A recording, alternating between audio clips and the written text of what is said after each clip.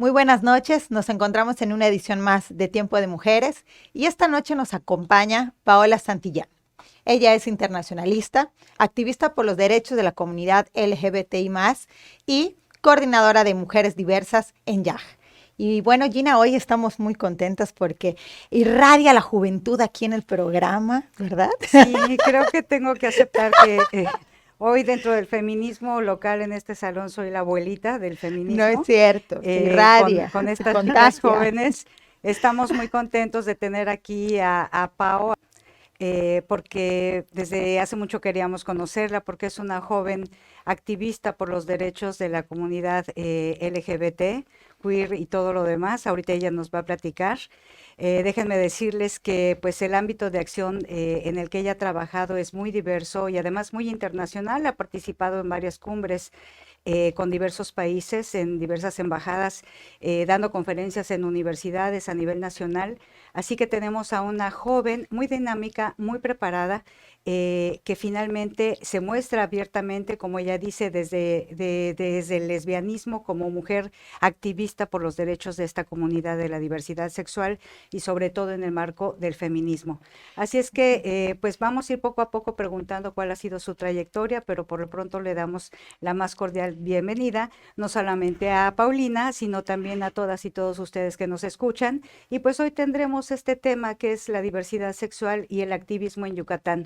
Así es que pues bienvenida, Pau, un gusto tenerte con Bienvenida. nosotras. Muchas gracias, amable audiencia que nos están viendo allá afuera. En efecto, soy Paola Santillán y es un honor estar aquí acompañada de grandes mujeres en un mes tan importante para nosotras, para nuestra lucha, que es el movimiento feminista. Y pues muchas gracias. No, yo estoy muy contenta y regresando ya de manera seria al tema de la juventud. Nos encanta estar esta noche contigo, Pau, porque vemos precisamente lo que decía la doctora Gina hace un momento, ¿no? En ti, en esta historia de vida que hoy nos permites compartir a toda la audiencia, a nosotras, el cómo de verdad debemos ser realmente actores de cambio en la comunidad, en la sociedad, desde un tema propio, pero alzar la voz empoderas a otras mujeres, Así empoderas a otras es. personas y esa valentía se contagia, esa valentía se te llena, o sea, realmente lo comentábamos ahorita en el previo, muchas veces vivimos las mujeres Así con es. miedo a mostrarnos quiénes somos, con miedo a decir realmente lo que queremos, a decir a lo que aspiramos y al poder encontrar en las juventudes cada vez más y más historias de vida, historias de resiliencia, historias que son compartidas como tenerte a ti y lo que hoy nos vienes a platicar realmente ayuda a permear a las nuevas generaciones, a alzar la voz, porque hay una generalización que nos decían, recuerdo hace unos años nos decían, es que ustedes los jóvenes son muy apáticos, Sí, ustedes los jóvenes no participan. Eso nos decían. Eso sí, nos Es sí, decían. claro. cierto, sí Y entonces hoy recuerdo. participamos, hoy alzamos la voz, hoy no nos quedamos callados y entonces ahorita ¿qué está pasando? Entonces yo creo Así que es. es un punto de partida muy, muy padre para poder empezar a tener esta charla contigo, que nos Muchas cuentes gracias. qué es YAG, qué es la bandera que hoy con la que estás alzando la voz Así es. y qué es lo que las mujeres de la diversidad hoy esperan escuchar en tu voz. Ya somos esta colectiva constituida, somos esta organización que defendemos, promovemos y garantizamos los derechos de la comunidad LGBT en México desde una perspectiva de juventudes y de género. Soy quien le porta esta parte de género justamente y Jack nace en las calles, venimos de las calles, de la violencia, de la discriminación. Nuestro director general fue corrido de casa, vivió en situación de calle debido a la violencia y discriminación que vivía por ser un hombre gay. Y en las calles se encontró con otros chicos igual que él. Y nos dimos cuenta que parecía la misma obra de teatro, pero con diferentes actores y actrices, pero la misma obra: violencia, discriminación, rechazo, terapias de conversión. Y nos dimos cuenta en ese momento que necesitábamos hacer algo. Formamos el grupo de jóvenes, nos acompañábamos en los parques donde la única regla era no tomar agua porque pues no había baños. Entonces, ahí en los parques nos acompañábamos, no sabíamos que inclusive estábamos haciendo activismo, pero lo único que sabíamos era que queríamos estar bien. Con el paso del tiempo fuimos profesionalizándonos y empezamos a hacer investigación, empezamos a sacar instrumentos, los cuales rendían cuenta las vivencias de las juventudes en ese momento, ¿no? ¿Qué es lo que nos estaba cruzando como juventudes LGBT? Entonces, a raíz de eso, por supuesto, vino la incidencia política. Ya tenemos los datos. ¿Qué vamos a hacer con ellos? Vamos a incidir para que nuestros representantes hagan cumplir lo que la Constitución nos prometió, el libre desarrollo de la personalidad en su artículo primero. Entonces, ¿cómo vamos a lograr esto? Pues a partir de políticas públicas, a partir de legislaciones que hemos logrado avanzar, como es nuestra agenda, las terapias de conversión, erradicarlas, pero más que eso, también es formar una red de apoyo a nivel nacional. Antes sesionábamos en el Parque España, en Ciudad de México, y hoy nos encontramos en diferentes puntos de la República, en más de 9 estados de la República, y pues yo me encuentro justamente aquí en Yucatán, porque nuestra intención es expandir YAG y esta visión que tenemos de lo comunitario. Y pues, de hecho, tenemos como algunos planes que no quiero como revelar mucho, pero sí abrir un centro comunitario para nosotros digno, en donde las personas diversas y las personas LGBT podamos, tener un espacio de oportunidades y de crecimiento. Esto significa, Pau, pues que pasaste del ámbito personal a lo político. Así es. Es decir, una experiencia personal, ella, Pau, se define abiertamente lesbiana y dentro de este grupo de la diversidad sexual representa al feminismo. Pau, cuéntanos un poco de ti, porque hay muchas chicas o chicos se les dificulta este trance, Claro. que se les dificulta este proceso, no solamente identitario, sino que son relegados, discriminados, etcétera. ¿Nos puedes platicar un poco? Partiste de que te encontraste con este grupo y empezaron el activismo con una agenda, con una agencia, con un empoderamiento colectivo, pero ¿cuál fue el proceso de Pau para encontrarse a sí misma? ¿Qué te proporcionó este proceso? Supongo que fue algo desde lo doloroso hasta lo empoderante. ¿Nos puedes hablar un poco de eso? Claro que sí. Antes de que mi historia de vida actual como activista LGBT y como feminista interseccional sucediera, yo era antes una estudiante de Relaciones Internacionales con la que mucho esfuerzo logré titularme. Yo no sé cómo lo logré. Y digo con mucho esfuerzo porque en ese momento vivía violencia intrafamiliar por mi orientación sexual. A partir de que salir de ese afamado closet, como decimos coloquialmente, pues mi familia sufre lo que muchas mamás y papás en México y en el mundo sufren: lesbofobia, bifobia, LGBTfobia, y derivado, por supuesto, de la desinformación que ha habido históricamente, ¿no? Y culturalmente, y ha permeado a nuestras familias. Posteriormente a eso, me doy cuenta también de buscando información desesperada en internet, donde me pudiese sentir identificada, información donde hablaran de mí y que me hiciese sentir que lo que yo soy estaba bien. Encuentro este grupo YAG México, y en un video estaban convocando a las juventudes a salir a las calles por nuestros derechos.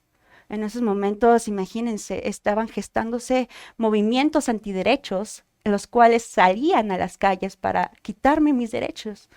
Y en ese momento, por un lado, estaba viendo que en la escuela, en mi familia, no existía como esa empatía hacia mi persona por ser una mujer lesbiana, sino también otra vez la sociedad me estaba poniendo una categoría de no existes para mí porque eres una mujer lesbiana. ¿Y por qué lo digo esto?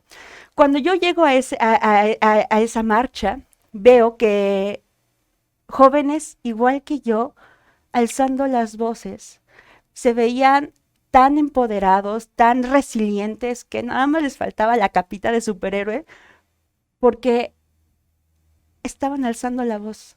Y para mí en ese momento fue muy impactante.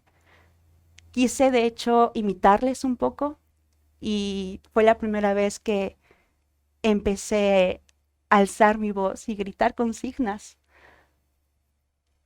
Y tiene mucho que ver también, porque esa necesidad que tenía de sentirme libre, no la tenía, no la había experimentado en mi vida hasta ese momento que les imité, porque tiene mucho que ver con la historia de vida que tengo. A los 15 años fui abusada sexualmente por 2 hombres que tenían la firme intención de quitarme lo lesbiana.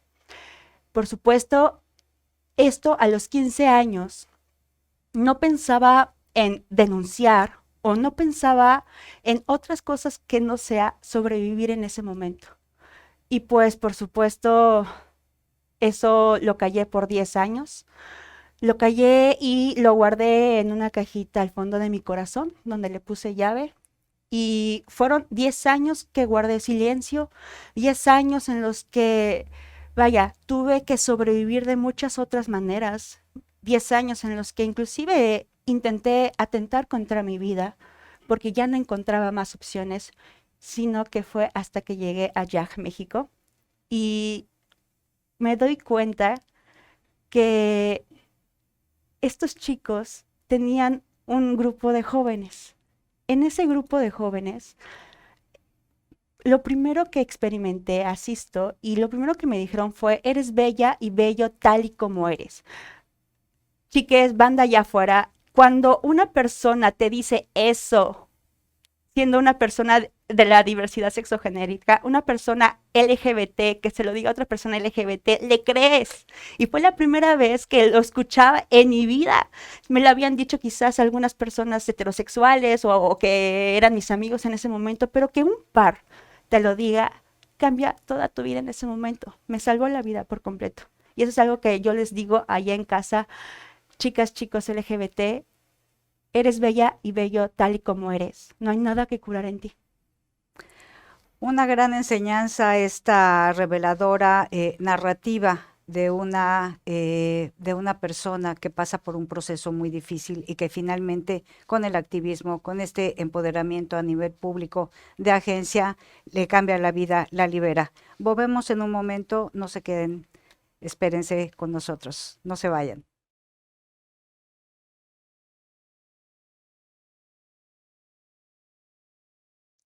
Y regresando aquí a Tiempo de Mujeres, hace unos momentos Paola nos compartía una experiencia de vida que de verdad llega a las entrañas y yo de verdad admiro tu valentía por alzar la voz, porque en la historia de vida de uno, cuando uno alza la voz, sobre todo con temas donde donde hay abuso sexual, que para las mujeres es un repetir en este país y en esta sociedad y nos obliga el sistema a quedarnos callada porque es nuestra culpa, porque no sé a dónde ir, porque no me van a creer. Y como ella decía hace un momento en esta conversación, el alzar la voz, el poder contar estas historias, no solo empodera a uno, sino logra traspasar a través de esta pantalla de cada una de las personas que nos puedan estar viendo y puedan estar en una situación similar y decir, ok, ya lo dijo y alzó la voz y luego qué sigue. Y ahí viene realmente esto tan maravilloso que se forma a través de la sociedad civil organizada, que es la colectividad y las redes de apoyo, que entre mujeres nos ayudan desde el maternaje, nos ayudan desde sobrevivir, como ha sido tu caso, Pau. Así es. Has tocado un punto muy importante, la colectividad y la importancia de las redes de apoyo. Salvan vidas. Yo recuerdo mucho cuando conté por primera vez lo que me había pasado. En ese momento ya había tenido mucho trabajo para erradicar las terapias de conversión por medio de campañas y también haciendo lo personal político. Y escucho en una ocasión la historia de vida de mi director, de Iván, que es mi hermano y le mando muchos saludos. Y me di cuenta que lo que me había sucedido y esa especie también de castigo, yo sentía inclusive que era una especie de castigo por ser quien soy. No tenía justificación alguna. Y cuando se empieza a mostrar las muestras de cariño, de afecto por parte de mi red de apoyo, de mi comunidad, en esa sesión de la grupa de jóvenes, para mí significó un antes y un después, y yo me atrevo a decir que fue el inicio de mi carrera como feminista interseccional. Para mí, en ese momento, significó una transformación incluso física. Hay una gran frase que yo le diría la gran oración feminista: hacerlo personal político. Tomó gran relevancia en mi vida porque es una transformación, es no estar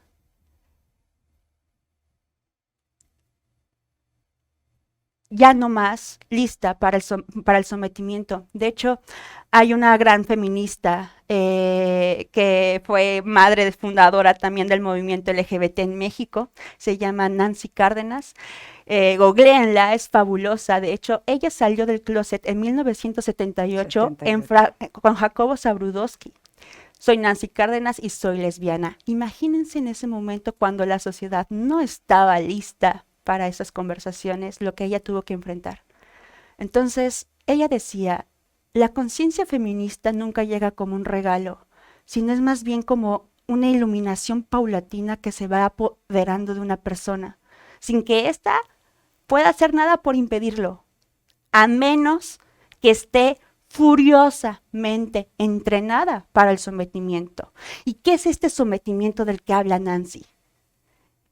El heteropatriarcado, el cis heteropatriarcado, las violencias, que nos golpeen en casa, que abusen de nosotras sexualmente solamente por ser mujeres. La violencia de género, vaya, que le golpeen en casa a una mujer, que se nos niegue el derecho a un acceso salarial justo. Vaya, todo eso, todas esas violencias y discriminaciones que nos han atañido a las mujeres, sin que inclusive en casa quizás puedas enumerar muchas de las que has vivido, esas son el sometimiento del que habla Nancy. ¿Cómo poder inclusive desatendernos de eso, más bien desprendernos de eso? Y la respuesta es la colectividad y el trabajo en colectividad. Cómo formar redes de apoyo y espacios libres y seguros para el libre desarrollo de la personalidad de cada una de nosotras, donde nuestras ideas se materialicen en acciones y que esas acciones sean un llamado de atención inclusive para nuestros representantes que hagan algo. Y yo quiero reconocerte mucho, Gina, porque gracias también al Frente Feminista por los Derechos de las Mujeres en Yucatán han literalmente abierto paso para que mujeres como yo inclusive podamos llegar acá y nos sintamos como en casa. Gracias. Esto es muy emotivo y déjenme decirles algo para todas y todos los que nos escuchan. Al principio yo bromeaba que soy la abuelita del grupo de jóvenes aquí, de las feministas, pues pertenezco a la generación de los baby boomers, los que nacimos en los años 60, un poco antes. Y durante años mis compañeras y yo, les recuerdo que estoy ahora participando en el Frente por los Derechos de las Mujeres en Yucatán, donde tenemos a feministas pues muy conocidas por todas ustedes: Nancy Walker, Alaida Salas, Milagros Herrero, Rocío Quintal, Leti Murúa, en fin, somos Berta Elena Munguía, Tere Munguía Gil. Somos un colectivo, la doctora Ligia Vera, somos un colectivo que durante 30 años hemos estado luchando por diferentes agendas siempre vinculadas a los derechos de las mujeres, desde quitarle al artículo 238 la palabra reiterado a la violencia, porque si no tenían que golpearte al menos 2 veces para que procediera el delito. Nos tardamos 9 años luchando por ello, hasta lo que recientemente logramos de alguna forma apoyar, que fue lo del matrimonio igualitario, que ahorita comentaremos. Y fíjense ustedes que nos escuchan en casa, que durante muchos años nosotras las abuelas feministas estuvimos tratando de dejar y de conservar un legado en las nuevas generaciones. Lo intentamos con la generación que ahorita tiene alrededor de 40, lo intentamos con las que tienen 30, y no es hasta las que ahora tienen 20, las millennials, que de repente se da este proceso por una serie de eventos que tienen que ver con, les tocó el algoritmo, como dirían mis hijos, les tocó el algoritmo de la globalización, del Internet, de la nueva educación, son hijas de madres trabajadoras, nietas de madres trabajadoras o divorciadas o activistas o mujeres trabajadoras que finalmente les abrieron un nuevo camino. Por un u otro motivo, las vidas de estas chicas logran escindir a la sociedad y se enfrentan por primera vez, yo creo que es el movimiento más fuerte y más legítimo, incluso con el poder federal, que finalmente es un verdadero movimiento social que está transformando a la sociedad mexicana, y esto es un fenómeno de todo el mundo. Así es que encontrarme hoy en día, yo realmente estoy muy emocionada porque gracias a las chicas de la generación de Paola y de todo su equipo, su grupo de diversidad sexual, y a todas las feministas, estas colectivas a las que quisiéramos conocer más cercanamente, es que finalmente creo que el trabajo que iniciamos, finalmente vemos los frutos, y eso es una gran satisfacción. No sé cómo lo veas. Yo me quedo ahorita con 3 cosas que acabas de mencionar, Gina. La primera es que sin duda es un programa muy emotivo, muy, muy emotivo. De verdad, Pau, gracias por lo que cuentas, por lo que dices, por lo que compartes, porque muchas veces lo decimos en el discurso, en la teoría, pero cuando se escucha del corazón, cuando se escucha que esa lucha hoy es concreta en un colectivo, es real, es familia, hay red de apoyo y cambia vidas, es digno hasta de escuchar. De hecho, casi ni hemos hablado de China, porque estamos, o sea, escuchando y estás transmitiendo esto, y me quedo con la emotividad, con la importancia de las redes de apoyo, porque a mí me toca en una etapa de mi vida, hace unos años, estar dentro del gobierno, poder estar al frente de hoy la institución que representa a las mujeres, y recuerdo perfectamente que entre las deficiencias del sistema en general, sin importar si es estatal, federal o el ámbito al que corresponda, cuando había casos realmente extremos, recurríamos a las redes de apoyo que ustedes tenían, Gina. Sí. Que las colectivas, que las compañeras son las que, y el día de hoy las siguen potenciando, ¿no? Entonces es maravilloso cómo trasciende sistemas, trasciende gobiernos, y ahí están, y los gobiernos pasan, y ya cambió de un color a otro, y siguen. Nosotros ahí seguimos. Exactamente, exactamente, ¿no? Entonces, y esto es intergeneracional completamente. Hoy podemos ver, yo ya a mis 35 años, cómo decías la última reflexión que hace unos días platicaba justamente con una gran amiga, que me decía, es que ¿qué es lo que pasa con esta generación? O sea, lo hacen por moda, ¿por qué pintan, por qué rayan, por qué gritan? Y yo les contestaba, es que eso les tocó. Entonces, a cada una nos ha tocado una lucha, desde lo personal hasta lo generacional, pero a esta generación le está tocando la lucha más visible. No sé si la más dura o no, pero la más visible. Y se debe a muchos factores, pero es una carga que hoy tienen como un compromiso de vida. Entonces eso es impresionante. Yo creo que tienen, no sé, nos dirás ahorita, Pau, tienen más herramientas que sus padres y la generación y los medios de comunicación les han transmitido.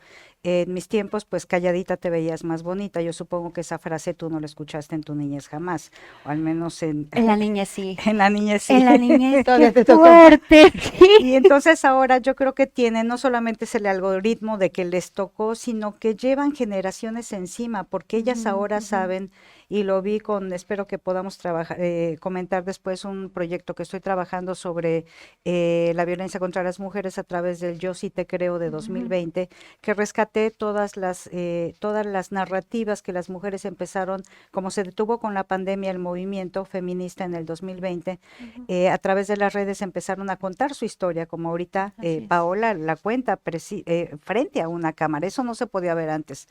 Entonces, cuando veo todas esas historias, que fueron 457 narrativas, me encuentro con que estas jóvenes de ahora conocen las historias desde que sus abuelas fueron vendidas, fueron violadas, sus madres fueron abusadas, fueron golpeadas, se tuvieron que divorciar o no se pudieron divorciar. Es decir, esta generación joven tiene la información que antes no teníamos, y además ya saben que esa forma en que casaron a su abuela por tradición se llama violencia, y que ahora es estupro, y que ahora es abuso, y que ahora todo tiene nombre. Bueno, ya hay hasta el intento que estamos haciendo ahora por la violencia. La robaron. A mi abuelita la era robaron. el robo de la novia, es que se robó a la muchacha, no, la violó, y eso ahora es un delito. Entonces yo creo que sí les tocó el tiempo, pero también tienen información heredada a través de varias generaciones, donde las chicas dijeron, basta, como bien comentaba Pau. Y creo que es un trabajo que se ha pasado la estafeta, porque, claro, o sea, no podemos hablar de empoderamiento cuando antes nos callaban la boca. Y cuando han habido mujeres como Gina, como tú, Alain, que han literal dicho yo no, y han empezado a trabajar para generar inclusive nuevas oportunidades y hablar de los temas, porque es importante problematizar los temas y no por una cultura en donde no lo digas porque no es correcto. En si eres gay, que nadie se tiene que enterar de tu vida privada, ¿no? Es el problema cuando se nos invisibiliza. ¿Y qué pasa cuando hay una invisibilización? No somos No sujetos de existe. derecho.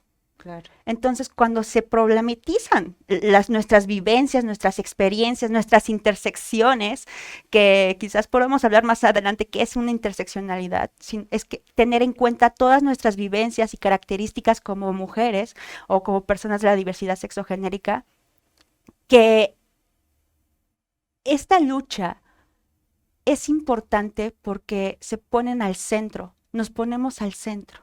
Las que hemos sido víctimas y ahora sobrevivientes y ahora agentes de cambio, nos hemos puesto al centro. Y cuando pones al centro los derechos humanos, no hay duda de violencia de género, no hay duda de una invisibilización y por supuesto los derechos humanos tienen que ser para todas las personas. Y justo es lo que pasó, por ejemplo, con el matrimonio igualitario. Pónganse a pensar, mucha gente piensa que es moda esto de casarnos.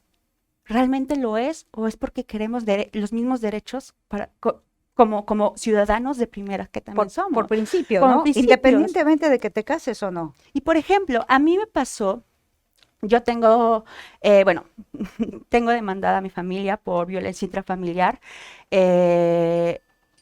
y lo único que yo pedía no era meterlos a la cárcel, simplemente sensibilización para ellos y que fueran con alguien que les hiciera ver que ser quien soy está bien. Pero, ¿qué pasa si yo no me puedo casar con mi prometida actualmente?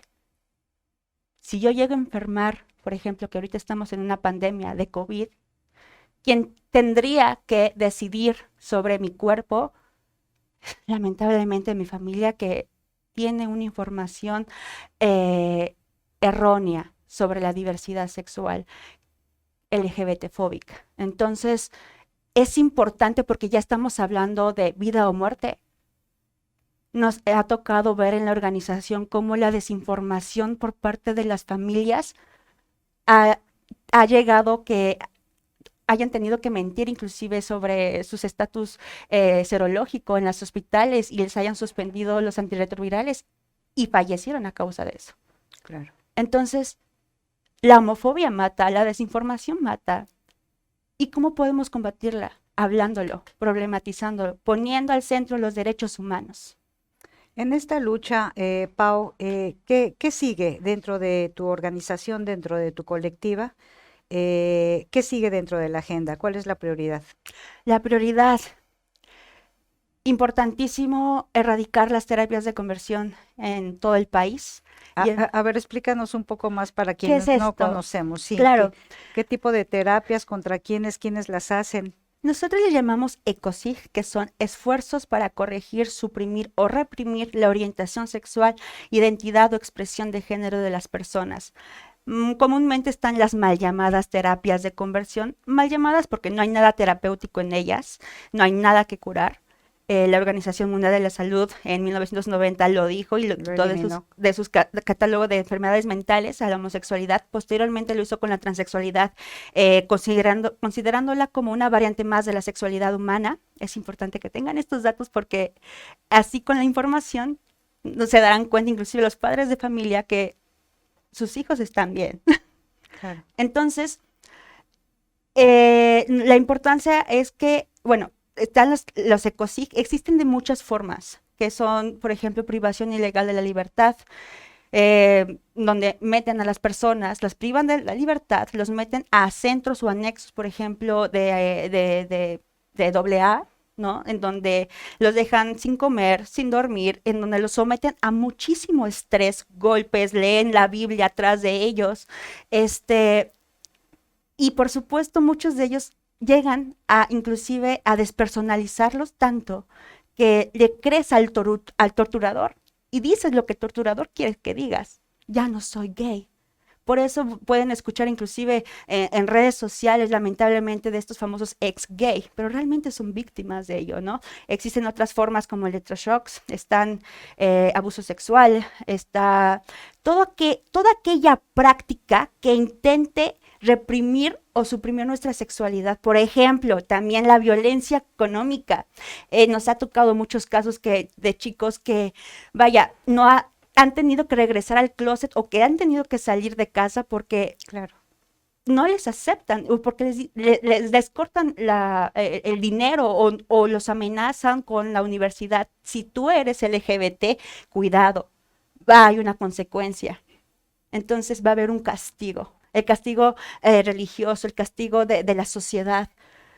Vas a arder en el infierno, te va a dar sida. Esos son los discursos No que vas a nuestras tener familias, hijos, no vas a exacto, sentar cabeza. ¿Quién te va a cuidar y podríamos decir toda una lista. Entonces, todos esos discursos básicamente es lo que la cultura históricamente les ha dicho a nuestras familias. ¿Y cómo salir de ello? Entonces, lo que nosotros proponemos y es la sensibilización también, es importante tipificar, porque para nosotras y nosotros los sobrevivientes de COSIG, que existan legislaciones es, vaya, es la reparación integral del daño que algún día se nos hizo. Es que el Estado reconozca que existen esas violencias. Por ejemplo, Jalisco hace 2 años, por primera vez en un evento histórico que realizamos en YAG por el 17 de mayo, el Día Internacional para Erradicar la Discriminación contra las Personas LGBT, admitió que en gobiernos anteriores habían financiado estos centros de conversión sexual. Entonces, eso en México, cuando un servidor público o gobierno comete ese tipo de acciones, es tortura. Lamentablemente no se puede tipificar todavía como tortura si es hacia otra persona, pero bueno, ahí sí estamos. Es violencia institucional Es y violencia eso ya institucional, implica exacto. tanto la omisión como la acción en caso de haber financiado este Totalmente. tipo de Entonces, acciones. que existan estas legislaciones nos puede dar como un banderazo de salida. Tenemos que entender a las legislaciones como un banderazo de salida para empezar a avanzar las políticas públicas, porque en un país donde el 89% es impunidad, configurar esas leyes es muy complicado. Pero ¿qué se tiene que hacer? Se tiene que trabajar con las instancias propias, por ejemplo, con gobiernos de diversidad sexual o con otras instancias para que se generen esas políticas públicas y que puedan inclusive prevenir el delito, porque la importancia no es meter a los papás, porque dice mucha gente que queremos meter a los papás a la cárcel, no queremos meter a la cárcel, pero sí. Lo que queremos hacer es que, por ejemplo, existan sanciones para pseudoterapeutas que, vaya, que bajo un precepto lamentablemente incluso discriminatorio y religioso, vaya, den terapia bajo un discurso biologicista en lugar de un discurso de derechos humanos. Es lamentable que todavía tengamos en pleno siglo XXI este tipo de terapias de reconversión y la verdad quisiéramos que nuestro auditorio pudiera valorar lo que esta tarde tenemos aquí en Tiempo de Mujeres de la revista.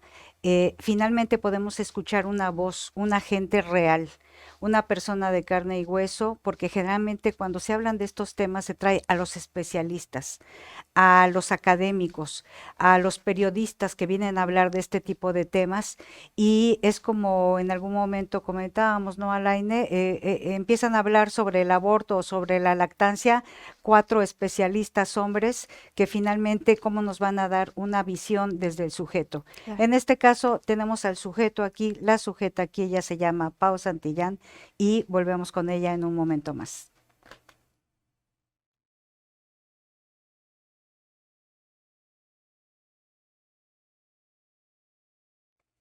Regresamos a este último bloque aquí en Tiempo de Mujeres y a lo largo, para quienes no han podido ver, a lo mejor esta conversación que hemos tenido con Pau Santillán completa, realmente nos ha llevado por todas las emociones, yo creo, ¿no? Nos ha llevado por todas las vivencias y eso es una de las cosas más importantes, el poder tener los testimonios de viva voz de quienes han pasado, como ella nos comentaba hace un momento, de ser víctima a ser sobreviviente y hoy a ser un agente de cambio a través de la colectividad, a través de poder tender y tejer y fortalecer todos los días las redes de apoyo. Hemos platicado sobre cómo poner al centro los derechos humanos, sobre cómo poner al frente los derechos de las personas, cambia vidas, salva vidas. Y por supuesto hemos pasado hablando sobre las experiencias personales, sobre las historias de vida y de lucha de cada una de nosotras y al final también lo que aún falta en este sistema que tenemos, en este país, en este estado, por hacer, por fortalecer y que no vamos a parar de luchar, Gina, no vamos a parar de alzar la voz y tampoco vamos a parar de acompañarnos, que eso es algo que hay que dejar en este último bloque del programa, que alcemos la voz, que aquí estamos muchos tejiendo estas redes, empujando las causas, empujando los derechos desde diferentes espacios, desde diferentes trincheras. Pau, para poder cerrar ya con este último bloque, ¿qué te gustaría de verdad dirigirle a la audiencia, a las juventudes que hoy se han identificado, que hoy han escuchado este testimonio de vida que de verdad yo te agradezco nos hayas compartido, nos hayas hablado desde el fondo del corazón y desde la fuerza de tu activismo? Muchas gracias. Gracias también por este espacio de sororidad. Desde Mujeres Diversas ya creemos que la sororidad es un músculo que se ejercita todos los días y este ejercicio es prueba de ello. Me quiero dirigir primero a ti, joven LGBT que me estás escuchando. No estás sola, no estás solo, no estás sole. Habemos muchas personas luchando por ti como en esta cámara. Eres bella y perfecta tal y como eres, no hay nada que curar en ti. Quiero decirte que ser LGBT es un acto de resistencia, es un obsequio de resiliencia. Resiste, búscanos si necesitas apoyo. En Jack puedes encontrar una familia por elección en el cual te podemos dar una mano amiga y pues también me quiero dirigir a mamás y papás que nos están escuchando. La homosexualidad y la transexualidad no son una enfermedad. Ya lo dijo la Organización Mundial de la Salud en 1990 cuando la quitó de su catálogo de enfermedades mentales. Y quiero decirte que no hay nada que curar en tu hijo. Si necesitas información, acércate a nosotras, a nosotros, que con gusto podemos darte la información necesaria para que podamos abrir más este círculo de los derechos humanos y alcanzar esa cultura de paz que lo necesitamos y es imperante tenerla ya.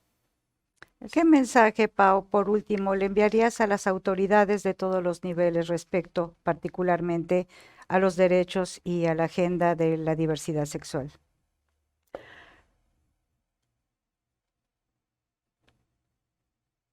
Lo que no se nombra no existe, o por lo menos no existe para el ojo heteronormado. Y lo que no existe, por supuesto que no es sujeto a derechos. Importante que empecemos a vernos, véannos, aquí estamos y hemos resistido históricamente. Basta de visibilizarnos. Yo creo que es importante que el diálogo empiece cuando empecemos a respetar la diversidad humana, porque eso es lo que somos, diversidad en todos los sentidos.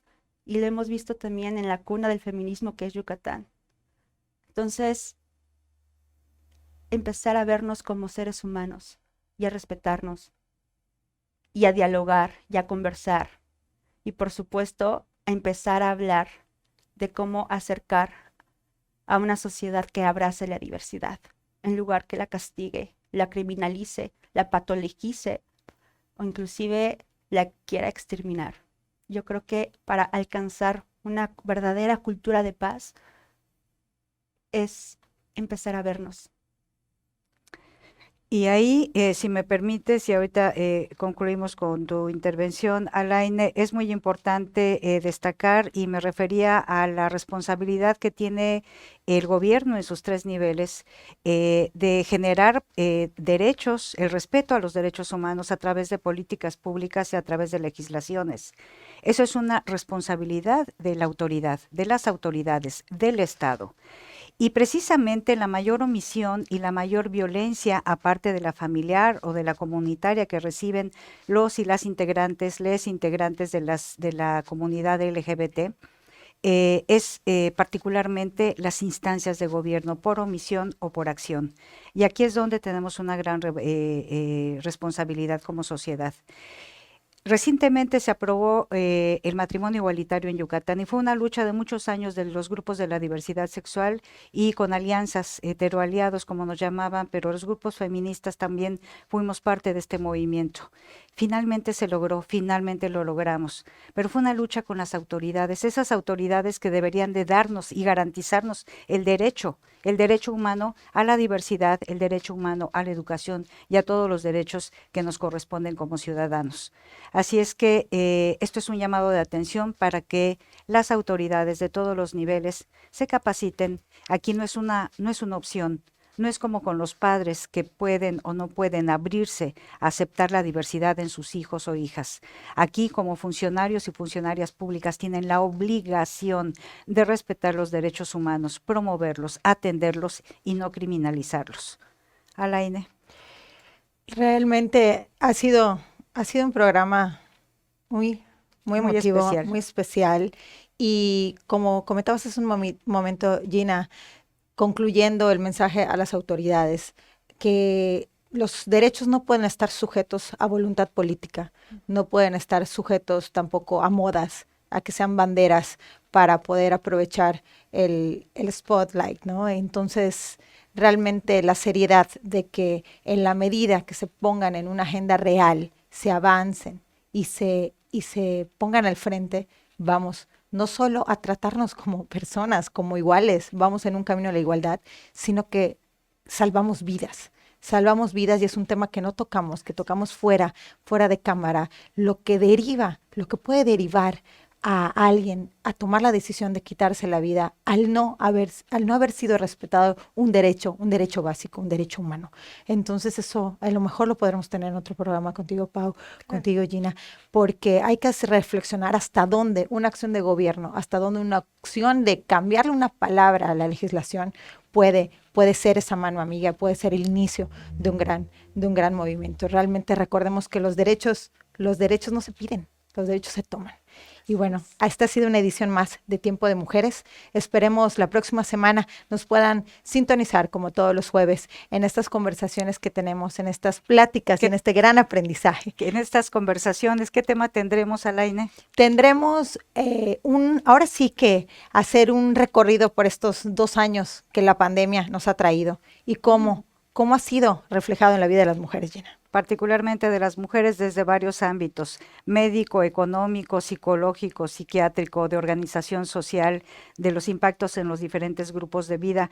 Va a estar interesante, así es que esperamos que todas y todos ustedes estén. Y a ti, Pau, con el corazón, un gran agradecimiento, lo digo emocionada, porque este ha sido un programa realmente especial. Hoy hemos hecho la diferencia. Gracias, Pau Santillar, por estar aquí y también Gracias, Aurora. la presencia de mi prometida, Alejandra. de su prometida que se encuentra hoy entre nosotros y que pues es parte de este cambio de este grupo. Y bueno, ya después a Ale vamos a tener la oportunidad también de entrevistarla. Un gusto saludarlos, los esperamos la próxima semana. Gracias, Alaine, por la invitación. Muchas gracias. Gracias, Gina, Pau. Esto es Tiempo de Mujeres.